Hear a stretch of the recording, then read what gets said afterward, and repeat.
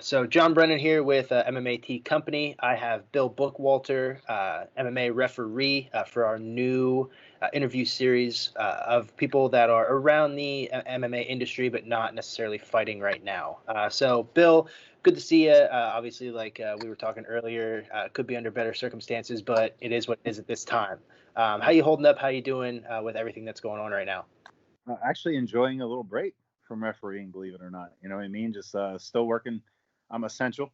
So, anyway, I'm an official essential employee. So I mean, put that put that on the show. But no, it's doing good.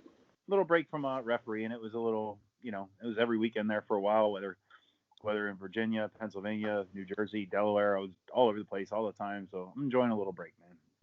Good. And you definitely deserve it. I do see you pretty much at every show that I'm at. You're reffing, or I see videos of people fighting, and you're the ref in the cage. So I know that you had fought previously, and had a couple pro fights, and then you transitioned into refereeing. What kind of prompted you to make that decision to go into the ref side of things? Well, listen, when I fought, I didn't even have my first amateur fight till I was like 31 years old. So, I mean, the clock was ticking from the very first amateur bell that rang. I had 15 fights total. I want to say it was 4 pro, 11 amateur within the span of like 3.5, 4 years. I was a grappler. I really didn't have a well-rounded set of skills. I wrestled my whole life. Trying to teach somebody to strike at 31 years old, really, that's a tough hill to climb, especially when they've been doing a certain thing their whole life, So I wasn't that good. I was okay, I went down, every fighter comes to that path and they're like, okay, well, how good am I? And I went down to, I think, Daddis Fight Club in Philadelphia, and I trained with some Bellator guys, and I wasn't on their level. It was blatantly apparent right from the get-go. So I said, you know what? I want to have at least a couple pro fights. I knew I was good enough to win a couple. So I did. And then in York, I think in 2011, I took a loss to a guy who, I was dominating the fight. I had him busted open. We got near the cage. He swept me. And for whatever reason, I stopped. I just quit. I don't know why. I don't know. The training camp was like shit. I just started a new job. My wife at the time was like 8 months pregnant. My family and friends were there. And I remember thinking to myself, I'm like, man, if this is all I'm going to give, I don't want to rip the fans off. I don't want to cheat myself. If I was trying as hard as I could and I got beat, hey, that's cool. I can take a loss. But I just quit. I was like, you know what, that's it. I grabbed the microphone, totally unscripted from the announcer. I said goodbye to everybody, thanked them for supporting local MMA. So that's it. I'm done. I'm going back to my family. I didn't want to half-ass anything if I wasn't going to give it my full effort. So I wrote Greg Serb, the executive director of the Pennsylvania State Athletic Commission, an email because he licensed me when he really didn't have to. I didn't have an extensive amateur career in Pennsylvania back in the time. I said, hey, man, thanks for allowing me to fulfill a dream. This. I really appreciate it, but I'm stepping away. And I guess he thought highly enough of me. About a month or two later, I got an email from him that said, do you want to ref? Because he was bringing in people from Virginia and New Jersey. Keith Peterson, Andrew Correa was another one. I guess he wanted some local guys to do some local shows. So he said, do you want to ref? I said, you know what? I never really thought of it. I said, sure, I'll give it a try. So he started allowing me to shadow for about 4 or 5 months. And then one night down in Philadelphia for Extreme Cage Combat, he assigned me my first show and said, all right, let's give it a shot. I did an amateur fight, and I guess he thought I was pretty good or had good instincts with it. And, a couple of UFCs, a lot of Bellators later, here you and I are.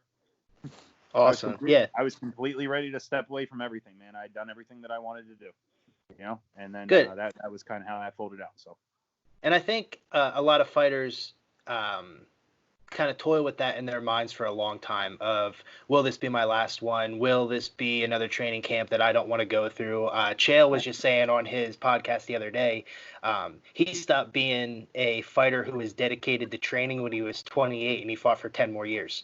And that just kind of becomes something that everybody kind of toils with. So it's good that you got out when you did. I think I personally think you made a good decision because you reffed a bunch of my fights. You reffed a lot of fights that I've seen, and I got to see kind of your handiwork on that side of things. Well, I'll tell you what. Had I won that fight that night, it was at the York Fairgrounds. Had I won that fight that night, I would have kept on fighting. And my heart really wasn't in it anymore. My training camps were going bad, but had I won that fight, I would have been 3-1. and I would have kept going. You and I wouldn't be sitting here talking right now. Total butterfly effect. Because I lost that fight, because I wrote that email, is the exact reason I got invited to start refereeing. Had I won that fight and continued to fight, Greg would have contacted somebody else. That's 100%. Now you talk about, Greg contacted you to start refereeing. Is that typically the process that he will reach out to someone and say, "Do you want to be a ref," or is it the other way where people will be applying to him and he has to choose from a bunch of applicants? That guy probably has 100 people a year asking him to referee. It's all based on what he sees, who he thinks would be good. This is just me. Hopefully I'm cool to say this, but Scott Heckman is a guy that retired that I thought would be real good. I don't get involved in the state athletic commissions. I don't make recommendations. I don't give Greg advice. That would be a really bad idea on my part. He runs the commission. I stay in my lane. You've dealt with Greg, and a lot of people have dealt with Greg, the athletic commission. Stay in your lane. Do what you're supposed to do. I don't recommend people to him. I don't say, hey, I think this guy would be good. I let him. He makes his own decisions. Whatever he sees, whoever he thinks would be the best fits at matches or events, totally his call. If he thinks that the athletic commission needs another person, I'm sure he has somebody in mind who he thinks would be very good. And, that is how that would work. I've had people contact me over the years and they say, hey, man, how do I be a ref? Do I apply? And I try and tell them, I'm like, listen, this is 1,000,000 to 1 shot, right place, right time. And they think I'm trying to hoard it to myself or keep it in or I don't want to help them. Not the case at all. You know what I mean? If I stepped away tomorrow, I'm sure Greg would already have somebody in his head who he's going to contact. It's not so much, it's not like he sits down and looks through a big old stack of applicants and he knows who he would know who he would want, So to get into this is a 1,000,000 to 1 shot, right place, right time. Like I just explained to you. If everything didn't happen exactly as it happened in my career, you and I wouldn't be sitting here talking right now. I would have been years moved on from the sport, not even thinking about it anymore, But because everything happened the way it did, right place, right time, there I was. Here we are. Sure. And you mentioned something earlier about, you were happy to walk away from fighting, and this kind of presented itself to you. Now, somebody that may not be in those same shoes, right? And Greg reaches out to them, say like a Scott Heckman, and he says, hey, you'd be a great referee. I'd like you to come and ref for me. And he goes through the whole process. He becomes a ref. And then a year down the line, he's like, man, I really want to fight again. Can you go back? Ooh, yeah, you could go back.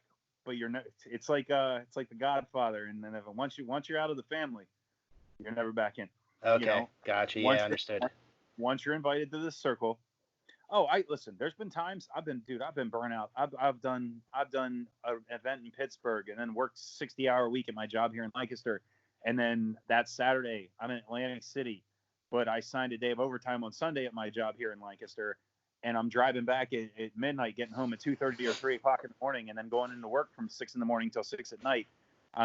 There's been times I've been burnt out, and obviously the commissions, they like when you say yes. They don't like to hear the word no when you're assigned to an assignment. You can get away with it once in a while, but if you give them too many no's, they'll stop asking. And then when the good assignments come along, like the UFCs and the Bellators, they're gonna offer those to the people who've been most loyal to them, which makes sense. I get that. So there's been times that I felt burnt out that I'm like, man, I could just use a break. I wish I could step away for a year, and I could say to any commission, I could say, hey, I'm going to step away from a year. They'd say, okay, Bill, thanks, no problem. And then if I contact them a year from now and be like, okay, I'm ready to come back, they'll be like, ooh, yeah, about that.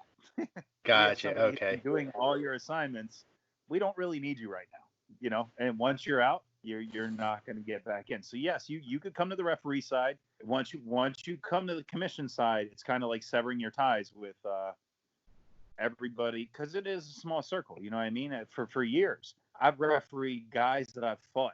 And thank God there were no controversial calls or anything like that who've beaten me, like finished me. Lou Rumsey was a guy who that was my professional debut, and man, he beat the piss out of me. He was a better fighter than I was. I had to referee him twice. Thank God, like nothing went wrong or anything like that. But like I said, I'm far enough removed now that that's not a problem. But when you first exit that circle of fighters, you're crossing paths with people you trained with all the time and just involved with and stuff like that. So you're kind of expected to sever ties from all of them. So once you come to the commission side, if you asked Greg, say, hey man, I really wasn't done fighting, I have more in the tank, he would let you go back, he'd let you reapply. But then obviously he's not where you thought you were, otherwise he wouldn't have asked you. He thought you were done. You Sure. said, yes, I'm done. You joined the commission. Now you want to go back. So once you're done fighting the next time and then you're like, hey, I'm ready to come back. No, sir. No chance. Probably not how that would work. So. Okay. And you had just mentioned too, which is funny, that, this is a very small industry. We're kind of 2 degrees separation from pretty much anybody in this sport. And in, Pennsylvania specifically, everybody really knows everybody. Now, when you first transitioned into refereeing, you knew pretty much everyone. You know all the fighters, you knew all the coaches, everything like that. And you had said earlier, you're starting to see now where you don't know a lot of the guys on the cards. Thank God. And as one of my questions was it hard for you to separate your, personal likes or dislikes of certain people to go in there and ref an honest and fair way? No, I mean, that was never difficult for me, dude. Integrity's everything. Mm-hmm. I mean, I would never. Integrity's everything. It was never hard for me to separate and be a professional, but other people and the fans don't see it that way. I remember one time, here, I'll give you a fun story. The one time I used to train at Gracie 717. This is way back. I mean, I think you might have just been getting into it, but I had some some of my pro fight camps were there. Okay. You guys had a guy, I forget what his, Kyle Castle. Kyle Castle was his name.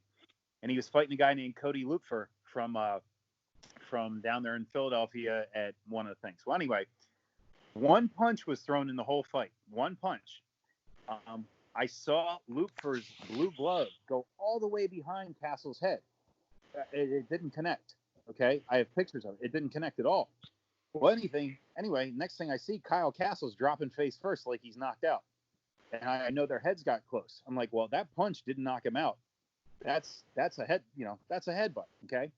So one of the commentators was even Blaine Shutt. He's like, they're taught, it was in the Art of War here in Lancaster. And he's like, I don't know. That looked like a clean punch to me. It's clean. I called it a headbutt. Elite, no contest. I didn't disqualify anybody. Total accident. And as Looper, he had a big following there. And as the referee or as the announcer announces, he's like, due to an accidental clash of heads, I hear fans in the front row screaming, "Oh, he's a 717 ref. This. Absolutely not, dude. My integrity is everything. I would never twist the cards for anybody. The right fighter deserves to win. Dude, I was a fighter myself. The guy who trained harder and the guy who displayed the better skills that night, that's the only guy that deserves to win. I don't care if it was my own brother or anybody in there. The right fighter deserves to win.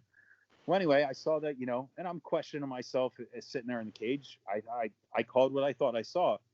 I looked at the footage the next day. Oh my God.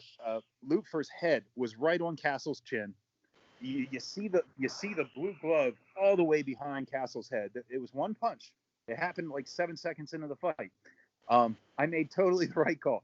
I had the crowd there saying that I was a biased ref. I had the announce team sitting cage side, who are people I've trained with before, who know me, who know that I wouldn't pull some bullshit. And they're like, I don't know, that looked like a clean punch to me. I was 100% right. Everybody else was fucking wrong. I made it right. Like I said, it's not hard at me for all. There is no favoritism. There is no, if anything, funny story for the interview here. If anything, back when I was in these positions, it would have been almost at a disadvantage for you to know me, because I have to be extra sure that whatever you didn't look like I was showing you favoritism. So at a point where I might have called the fight or something like that, it's always in the back of my head, like, oh my God, if I call it right now, everybody's going to think that it's rather, if it's two guys I don't know, I just call the fight when I feel it's done, which I always do, man. We're not all perfect. We're not perfect a lot of times. I mean, it's a hard ass gig. As you've seen with some of the fights recent. This is a hard gig. It ain't easy, and there's a fine line between, oh, you let that go too long, oh, you stop that too early, oh, it's like, it's a fine line. And I have about 1/8 of a second to make a decision, and everybody else is like, oh, let's look at that on replay. No, this is a hard ass gig, man. But back to your question, no, I don't twist anything up. It's not hard for me to separate professionalism from people that I knew or liked or disliked. I could totally think a fighter is a classless act all around, all together. If he deserves to win that fight that night, he trained harder and he performed better. That's the guy that deserves to win the fight. Awesome. Cool. And going back to kind of the progression of fighters coming up through, right? When I started fighting, compared to amateurs now, I feel like it's almost a totally different sport. Are you seeing that same thing? Oh, you guys are good, man. You guys are way better than like the whole sport has evolved. You guys are way better than back from my time. Listen, I went 7-4 as an amateur, won 3 amateur titles, and then I went 2-2 as a professional with one skill set. I was a grappler. I tried to get you down. I tried to get on top. Tried to do enough damage where you give up a submission. Okay. These amateur fighters these days, they are so freaking good. You guys are good, man. I mean, you guys train everything, just the whole evolution of the sport. Yeah, I mean, you know, I mean, I'm seeing guys as amateurs here, like within their first 2 or 3 fights, they could probably beat some guys from other states that I go to who are professionals. You know, just because of one, the wrestling here in Pennsylvania, then 2 here in Pennsylvania, we started that. Your first 3 fights, you're considered an amateur, and then you're after 3 fights, you can apply to the athletic commission to get an advanced amateur fight, where you progress in the rules a little bit. And anybody involved with sports knows exactly what I'm talking about. Mm-hmm. And then once you've proven yourself as an advanced amateur, you know, then you can apply for your and that's all done to the athletic commission. Greg is very knowledgeable. He knows who you guys are. He knows your skill sets. He knows your ability. You know, if he knows that you walk in there and just beat up 3, cans, and he's not sure that you could handle yourself at the next level, the commission might tell you, no, you're not ready for that yet. You know, if you walk in, you're a 4-time state high school wrestling champion, and you smash one guy in one fight, you might say to Greg, hey, Greg, this is, I'm at another level than this. And Greg might say, you know what, you're right. And, so he'd probably tell you, hey, get your other 2 fights in, apply to go advanced amateur, and then, all that stuff. So, yeah, the sport is totally different. You guys are a ton better. You're way better. I wouldn't have had near the career these days that I had back then. I could get away being a lot of fighters. You saw it at the UFC level, too. You can get away with being one-dimensional 10 years ago. Not today, man. You better know everything, or you're going to get smashed, For sure. And you had given me a pretty good piece of advice when we used to train together, which was don't go pro too early, right? You see it a lot where guys go pro too early. So that was a good piece of advice that you gave me. I think I waited a little longer because of that before I made my pro debut, and I think it was for the better for me. What is another piece of advice that you would give, an amateur making a debut before they step into the cage? Something that you don't typically say, in those back behind the scenes meetings that we have before fights. Oh, advice for an amateur? Yeah. Step outside of your comfort zone. The fights don't matter. I understand your family and friends are there. It's your first fight. You want to get the win. I get that. Okay. So, man, people really clam up and they do what they're really good at, which I get it. I've had a game plan before to go in and do this, and then I get punched in the face and I shoot. Like, I understand it's instinct to do what you know. I get that. You know what I mean? What I tell you, if you're a really good wrestler, really good grappler, and you have your first amateur fight, whatever, you go in there, you grapple the guy to death. You beat the piss out of him. You get your decision. That next fight or that next training camp, make it a fight. If you're unsure about your striking, do a striking training camp. When that fight kicks off, go step outside your comfort zone, because you want to know what happens if you lose. You want to know what it means? Nothing. Mm-hmm. Doesn't mean a damn thing if you lose, other than maybe a little bit of hurt ego or hurt this. Say, hey, I know I could have wrestled John Brennan to death, man. This guy likes to stand and strike. He kicks. He does body kicks. He likes to keep fights standing. I know I could wrestle this guy for 3 periods. If I go in there and wrestle you for 3 periods, I really didn't get any better. You know what I mean? I'm the same fighter that leaves the venue when I arrive at the venue. Now, if I stand with John Brennan for 3 rounds and I win or I lose a split decision, I say, man, I'm a great wrestler. I just stood and banged with a clearly better striker than I was. You know what? I'm better at striking than I thought. I can build off this. You know what I mean? So my advice to any young fighter, man, step outside of your comfort zone. If you know you're a good striker, shoot on that guy. Like, that's not expecting. It's like, oh man, I thought we were going to stand and bang. Shoot on that guy. If you're a great wrestler, don't shoot for a second. Stand and throw strikes with that guy all fight long. Step outside of your comfort zone. That's the only way you're going to get better.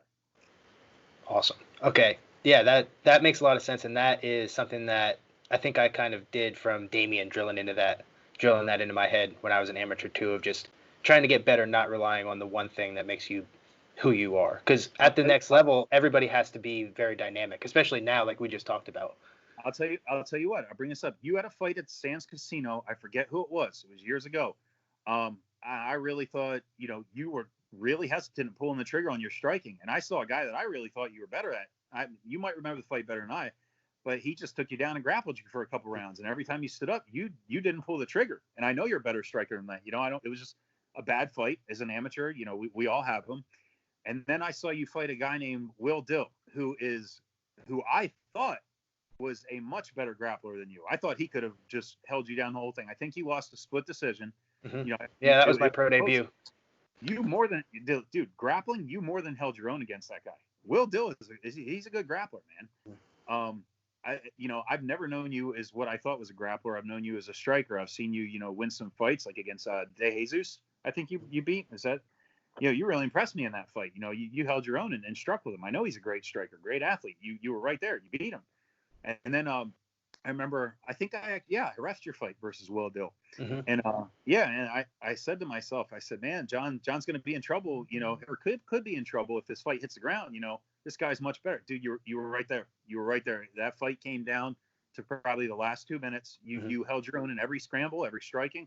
And I was impressed by it. So, what you were saying as far as Damien drilling with you, and you obviously did something that was outside of what your normal comfort zone would be, and like I said, you're pretty well-rounded young fighter. You got time.